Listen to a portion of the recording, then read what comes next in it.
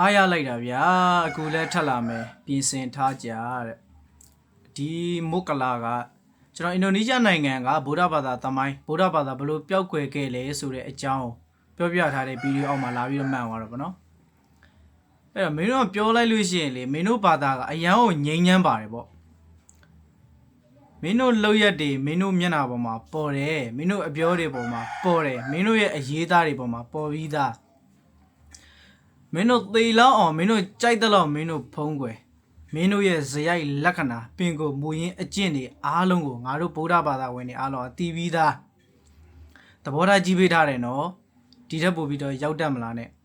နော်အဲ့တော့ဗျာဒီ TikTok ဗီဒီယိုကိုကြည့်နေတဲ့ viewer တွေနဲ့တစ်ချက်စဉ်းစားကြည့်လိုက်ဒီကောင်နေအင်ဒိုနီးရှားနိုင်ငံသမိုင်းကိုလည်းဒီကောင်နေလောက်ခဲ့ပြီးသွားပြီပြီးခဲ့တဲ့နိုင်ငံတကာမှာဒီကောင်တွေဘလို့တောင်းဆိုခဲ့တယ်ဆိုတဲ့အကြောင်းတွေလည်း online ပေါ်မှာအများကြီးရှိတယ်ဗျာပြရုပ်တွေက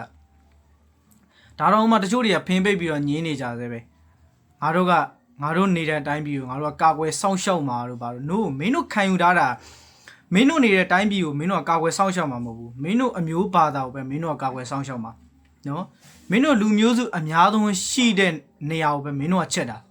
မင်းတို့နေတဲ့နေရာကိုမင်းတို့ကချက်တာမဟုတ်ဘူးနော်ဒါပေမဲ့မင်းတို့အရင်တုန်းကလိုမျိုးဂျီဟက်တွေဆင်နွှဲပြီးတော့နိုင်ငံတွေကိုသိမ်းလို့ရတဲ့ခေတ်တော့မဟုတ်တော့ဘူးဒါပေမဲ့မင်းတို့အခုလုပ်နေတဲ့ system ဒီအရင်ကောင်းတယ်နော်ဘယ်လိုလုပ်လဲမင်းတို့လူမျိုးစုရှိတဲ့နေရာမှာပဲမင်းတို့စုပြီးတော့နေကြတယ်တစုတစုနဲ့ပြီးလို့ရှိရင်ခလေးတွေအကန့်အသတ်မရှိမင်းတို့မှာမွေးခွင့်ရှိတယ်နော်မွေးလာတဲ့ခလေးတွေကိုလည်းမင်းတို့ထောက်ပံ့ပေးတဲ့လူတွေကအစင်းသေးရှိပြီးသားနော်လူမျိုးတိုးအောင်လုပ်တယ်ဘာသာဝင်တိုးအောင်လုပ်တယ်မင်းတို့ရဲ့အုံနောက်တွေမင်းတို့ရဲ့ mindset တွေကဘာလဲဆိုတော့ငငယ်တည်းကဒီကလေးတွေကိုရိုက်သွင်းပေးထားတယ်ချင်းချင်းကြရင်ဘာတွေလုပ်ရမယ်ဆိုတဲ့အကြောင်း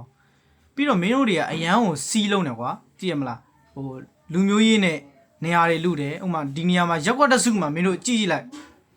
အိမ်ရက်ကွက်တစ်ခုမှာအဲ့ဒီမွတ်စလင်အိမ်တအိမ်ရှိပြီဆိုတာနဲ့နောက်ထပ်အဲ့နေရာမှာအဲ့ဒီမွတ်စလင်နောက်ထပ်လူမျိုးစုမိသားစုတအိမ်ရောက်လာအဲ့လိုမျိုးတအိမ်နဲ့တိုးပြီးတော့အဲ့ဒီနေရာကိုမင်းတို့ကယူသွားတာမင်းတို့ရဲ့အကွက်လေးကလှနော်အဲ့ဒါလိုလည်းကြည့်လိုက်ငါတို့ရဲ့မျိုးတဲတွေအရင်တော့ဆိုလို့ရှိရင်ကွာဒီတာကေရတွေတောင်တငုံနေထဲမှာတော့အဲ့လောက်မရှိဘူးအခုနောက်မှကြည့်လိုက်ရင်မင်းတို့မုတ်စိတ်တွေကြီးပဲနော်ခေါင်းမွှချုံတွေကြီးပဲဘာလို့တာဒါတော့မှမင်းတို့တွေကမင်းတို့ဘာသာကအကျမ်းဘတ်မဟုတ်ပါဘူးဆိုပြီးတော့မင်းတို့ကလာပြောတယ်ငါလေးတောင်းတော့ငါမပြောတော့ဘူးလို့ငါနေတာ